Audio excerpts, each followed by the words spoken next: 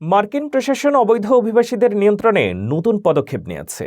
৮০,০০০ আটককে রাখার জন্য ২২টি গুদাম নির্মাণ করা হবে।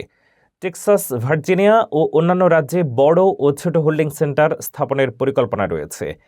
আইস দ্রুত ডিপোর্টেশন নিশ্চিত করতে সুশৃঙ্খল ফিডার সিস্টেম চালু করবে। ২০২৬ সালের মধ্যে সবাইকে নিজ দেশে ফেরত পাঠানোর লক্ষ্য। যুক্তরাষ্ট্রের অবৈধ অভিবাসীদের বিরুদ্ধে কঠোর পদক্ষেপ নিতে যাচ্ছে ট্রাম্প প্রশাসন। নতুন পরিকল্পনা অনুযায়ী প্রায় ৮০,০০০ আটক অভিবাসীকে বিশেষ গুদামে রাখার ব্যবস্থা করা হবে। এই উদ্দেশ্যে দেশ জুড়ে ২২টি গুদাম স্থাপনের পরিকল্পনা করা হয়েছে। এতে Texas, Virginia, Louisiana, Arizona, Georgia ও মিজৌরির প্রধান লজিস্টিক হাবের কাছাকাছি বড় ও ছোট দুই ধরনের হোল্ডিং সেন্টার থাকবে।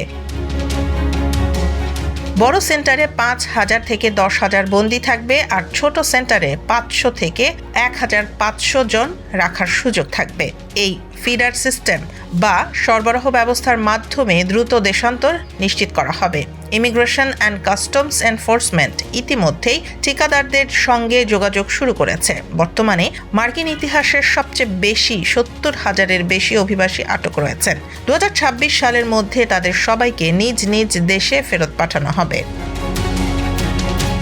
ট্রাম্প প্রশাসনের এই পদক্ষেপ অভিবাসন নীতি আরও কঠোর করার ধারাবাহিক অংশ।